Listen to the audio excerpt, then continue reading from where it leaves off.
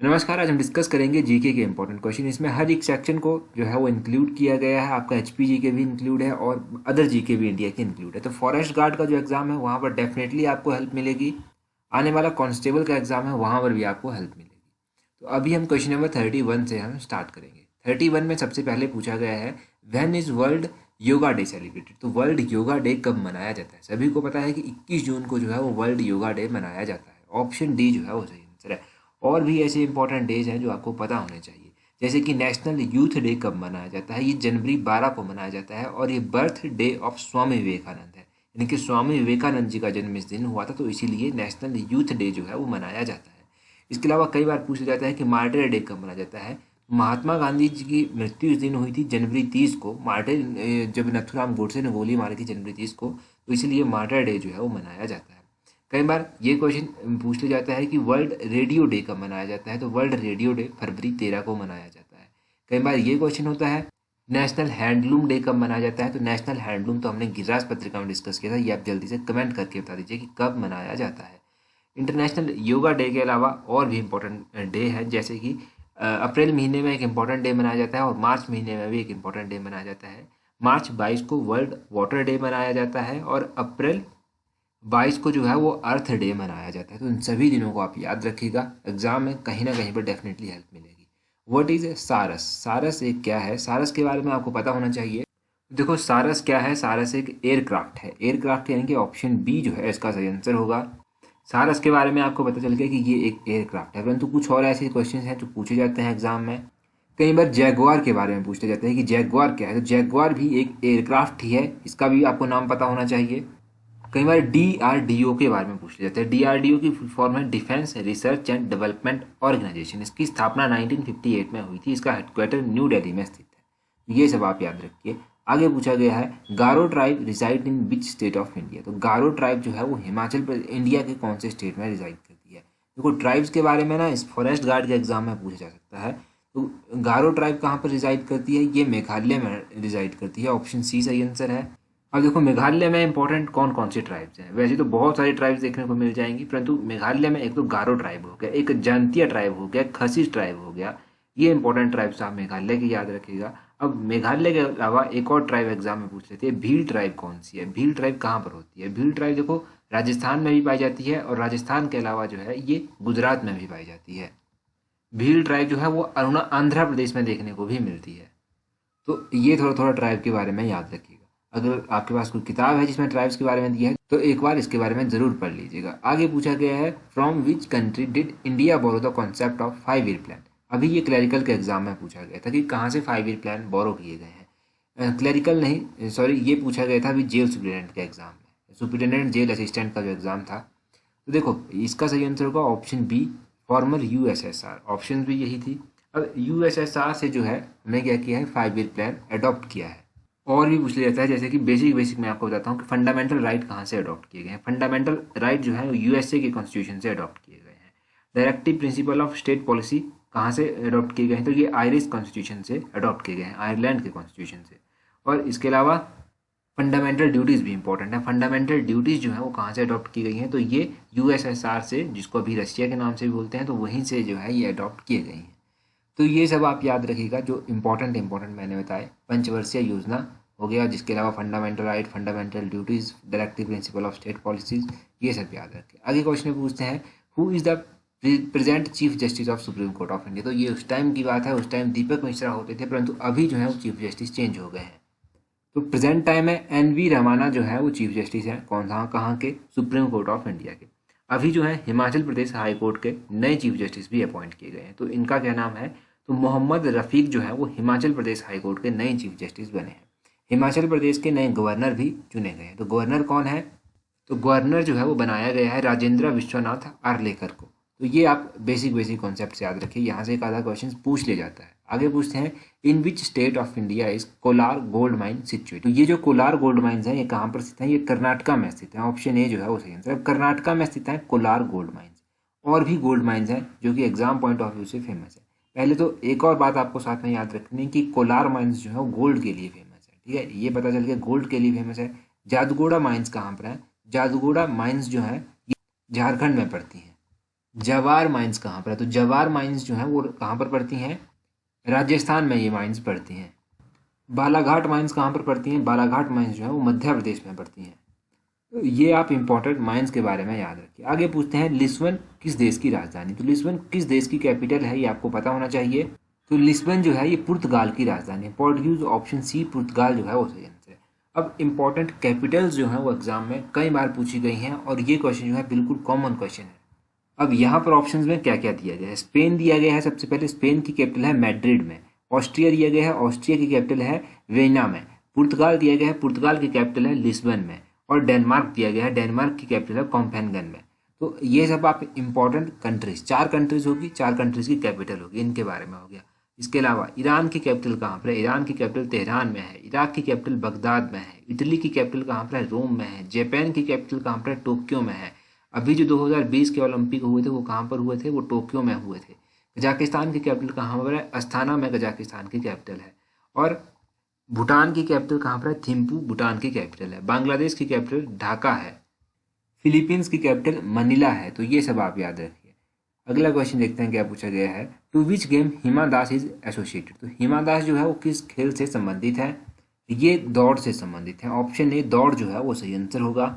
बजरंग पुनिया पूछ जाते हैं, बजरंग पुनिया कुश्ती से संबंधित है।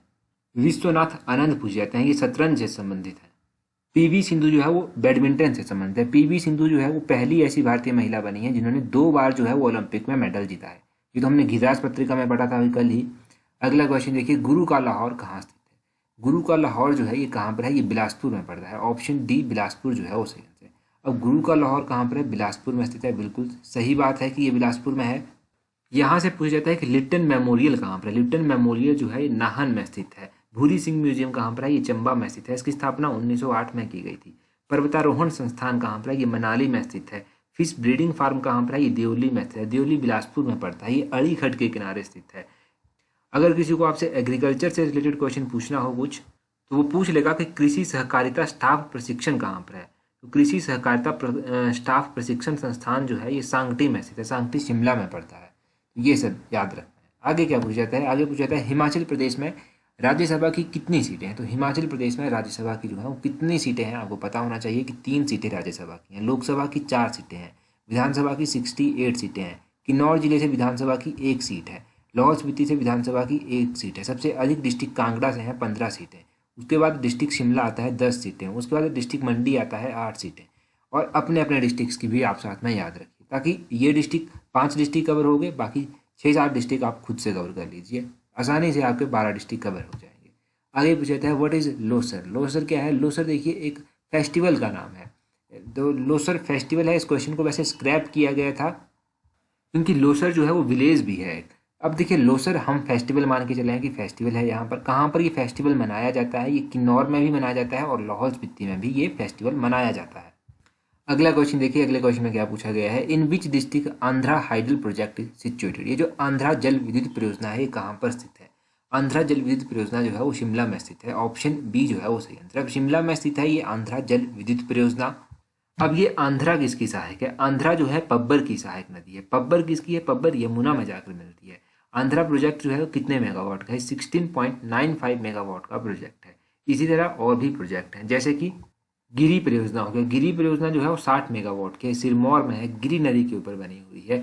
कौल बांध परियोजना होगी। कौल बांध परियोजना 800 मेगावाट की है, बिलासपुर में है, सतलुज नदी के ऊपर बनी हुई है। कड़छम वांगतू परियोजना होगी, 1000 मेगावाट की परियोजना है, किन्नौर जिले में स्थित है, सतलुज नदी के ऊपर बनी हुई है। रोंगटोंग परियोजना होगी, लाहौल स्पीति में स्थित है, 2 मेगावाट की ये परियोजना है। तो ये सब आप याद रखिएगा इन छोटे छोटे प्रोजेक्ट्स के बारे में।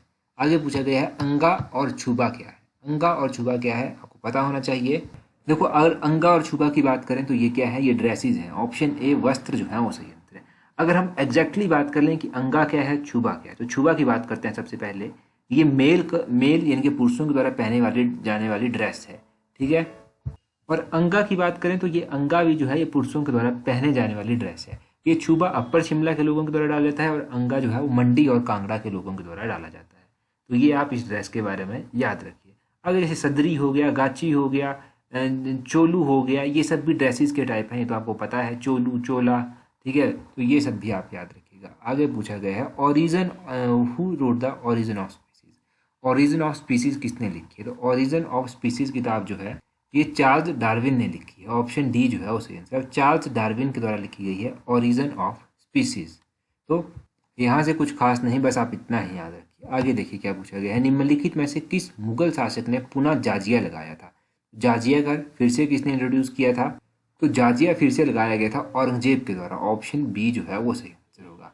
अब औरंगजेब ने जाजिया जो था फिर से लगा दिया था। कई बार औरंगजेब का असली नाम पूछ लिया जाता है, तो औरंगजेब का असली नाम था मयूद्दीन मोहम्मद औरंगजेब, ये इसका असली नाम था। कई बार पूछा जाता है कि नवरत्न जो था वो किसके कार्यकाल के दौरान थे? नवरत्न जो था वो अकबर के कार्यकाल के दौरान थे। ये 9 रत्न थे। ये कौन कौन से थे? इनमें एक तो आता है आपका अबुल फजल, दूसरे आते हैं फेजी, तीसरे आते हैं बीरबल, चौथे नंबर पर तानसेन, पांचवें नंबर पर अब्दुल रहीम खान खाना, छठे नंबर पर टोडरमल, सातवें नंबर पर राजा मानसिंह, आठवें नंबर पर मुल्ला दो प्याजा, नौवें नंबर पर हकीम हुमा। ये सब जो है नवरत्न है अकबर के। तो अकबर के नवरत्न आप याद रखिए। आगे पूछा गया है 46 में। यहाँ पर पूछा गया है रणजीत सिंह किस सिख मिसल से संबंधित थे? तो रणजीत सिंह जो था ये शुक्रचर्या मिशल से संबंधित थे। ऑप्शन बी शुक्रचर्या जो है वो सही आंसर है। शुक्रचर्या। रणजीत सिंह की बात हो जाए तो आपको याद होना चाहिए कि अमृतसर की संधि कब हुई थी? अमृतसर की संधि जो था वो 1809 में हुई थी। पहला जो एंग्लो सिख युद्ध था वो कब हुआ था? पहला अंग्ल सिख युद्ध जो था वो 1845-1846 में हुआ था। दूसरा अंग्ल सिख युद्ध 1848-49 में हुआ था। तो ये सब है। इसके बारे में आगे पूछा गया है अंतर्राष्ट्रीय न्यायालय कहाँ स्थित है? तो इंटरनेशनल कोर्ट ऑफ जस्टिस कहाँ पर है? ये हेग में स्थित है। ऑप्शन बी जो है वो सही आंसर है। हेग कहाँ पर पड़ता है? ये नीदरलैंड में पड़ता है। तो नीदरलैंड में है हेग और हेग में है इंटरनेशनल कोर्ट ऑफ जस्टिस। कई बार पूछ लिया जाता है एशियन डेवलपमेंट बैंक का हेडक्वार्टर कहाँ पर स्थित है? एशियन डेवलपमेंट बैंक का हेडक्वार्टर जो है वो मनीला में स्थित है। ओपेक का हेडक्वार्टर कहाँ पर स्थित है? तो ओपेक का हेडक्वार्टर जो है वो वेन्या ऑस्ट्रेलिया में स्थित है। ओपेक का पूरा नाम है organisation of petroleum exporting countries. SAARC का हेडक्वार्टर कहाँ पर स्थित है? सार्क का हेडक्वार्टर जो है वो काठमांडू नेपाल में स्थित है। सार्क की स्थापना 1985 में की गई थी। ये सब आप सार्क के बारे में भी याद रखिए। तो ये बेसिक था। आगे पूछा गया है किस गुप्त वंशीय राजा को नेपोलियन के नाम से जाना जाता था? तो नेपोलियन ऑफ इंडिया किस गुप्त राजा को कहा जाता था? ये समुद्रगुप्त को कहा जाता था। ऑप्शन बी जो है वो सही आंसर है। क्वेश्चन ये भी पूछा जाता है कि समुद्रगुप्त को जो था वो भारत का नेपोलियन किसने कहा था? समुद्रगुप्त को भारत का नेपोलियन जो था वो वी ए स्मिथ के द्वारा कहा गया था। वी ए स्मिथ ने इसको भारत का नेपोलियन कहा था। अभी एक एग्जाम में क्या पूछा गया था कि गुप्त साम्राज्य के अंतिम शासक कौन थे? गुप्त साम्राज्य के अंतिम शासक थे विष्णुगुप्त तृतीय। थर्ड भी आपको याद रखना है, विष्णुगुप्त थर्ड ये जो था वो लास्ट शासक थे इसके गुप्त साम्राज्य के। आगे पूछा गया है आनंद मठ के लेखक कौन थे? तो आनंद मठ किताब किसके द्वारा लिखी गई थी? ये बंकिम चंद्र चटर्जी के द्वारा लिखी गई थी। ऑप्शन सी जो है वो सही आंसर है। अभी एग्जाम में क्या पूछा गया था, हमारा जो नेशनल फ्लैग है उसकी रेशियो कितनी है? तो नेशनल फ्लैग की रेशियो जो होती है वो 2:3 होती है। बिल्कुल सही बात। अभी कई बार क्वेश्चन पूछा जाता है कि जो हमारा इंडियन नेशनल एंथम है जिसको जन गण मन भी बोलते हैं, तो जन गण मन जो था वो किसके द्वारा लिखा गया था? इसको किसने कंपोज किया था? इसको रविंद्रनाथ टैगोर के द्वारा जो था वो कंपोज किया गया था। अगला क्वेश्चन देखिए। अगले क्वेश्चन में पूछा गया है हिमाचल प्रदेश में स्थित सबसे ऊंची चोटी कौन सी है? तो हिमाचल प्रदेश की जो सबसे हाईएस्ट पीक है वो कौन सी है? वो सिल्ला चोटी है। सिल्ला चोटी जो है वो कौन सी रेंज में आती है? झांसकर पर्वत श्रृंखला में आती है। झांसकर पर्वत श्रृंखला में आती है। और ये जो झांसकर पर्वत श्रृंखला है ये स्पीति और किन्नौर को जो है वो तिब्बत से अलग करती है। ठीक है, ये भी आप याद रखिएगा। तो ये बेसिक है।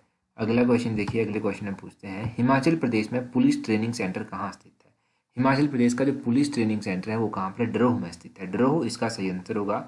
इसके हिसाब से ऑप्शन नंबर डी इसका सही आंसर आ गया। डरोह, कंफ्यूज मत होइएगा, डरोह में है Himachal Pradesh police training centre. अगला क्वेश्चन देखिए। अगले क्वेश्चन में क्या पूछा गया है किस सिख गुरु ने अमृतसर शहर की स्थापना की थी? तो अमृतसर शहर की स्थापना किसके द्वारा की गई थी? इसकी स्थापना गुरु रामदास जी के द्वारा की गई थी। ऑप्शन बी जो है वो सही आंसर है।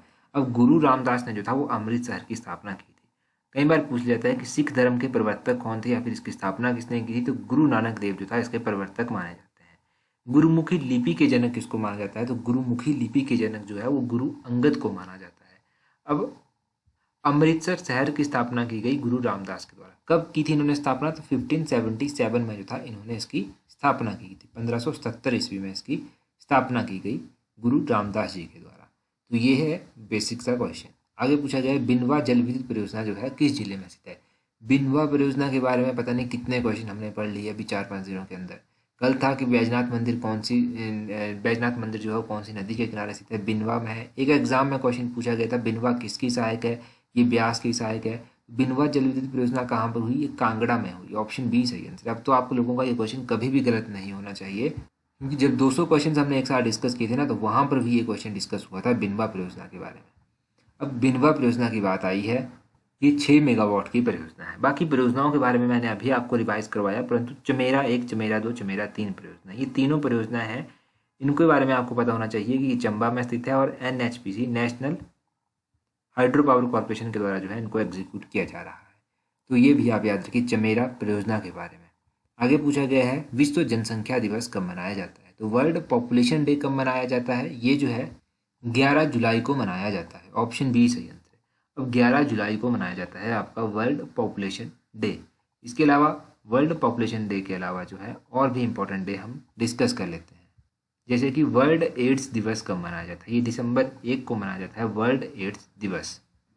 इंडिया में टीचर डे कब मनाया जाता है, इंडिया में टीचर डे जो है वो मनाया जाता है 5 सितंबर को। डॉक्टर सर्वपल्ली राधाकृष्णन के बर्थडे पर ये मनाया जाता है। हिंदी दिवस 14 सितंबर को मनाया जाता है। चिल्ड्रन डे कब मनाया जाता है, तो चिल्ड्रन डे जो है वो 14 नवंबर को मनाया जाता है। गुड गवर्नेंस डे कब मनाया जाता है, गुड गवर्नेंस डे जो है वो दिसंबर 25 को मनाया जाता है।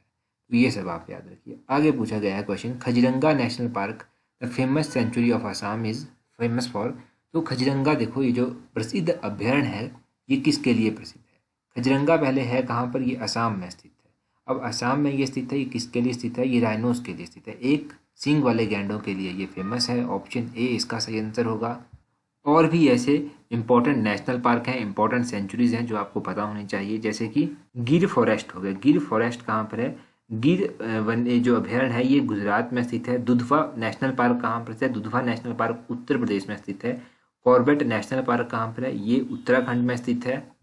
घाना बर्ड सेंचुरी कहाँ पर है, ये राजस्थान में स्थित है। घाना बर्ड सेंचुरी सिंपलीपाल सेंचुरी कहाँ पर है, ये उड़ीसा में स्थित है।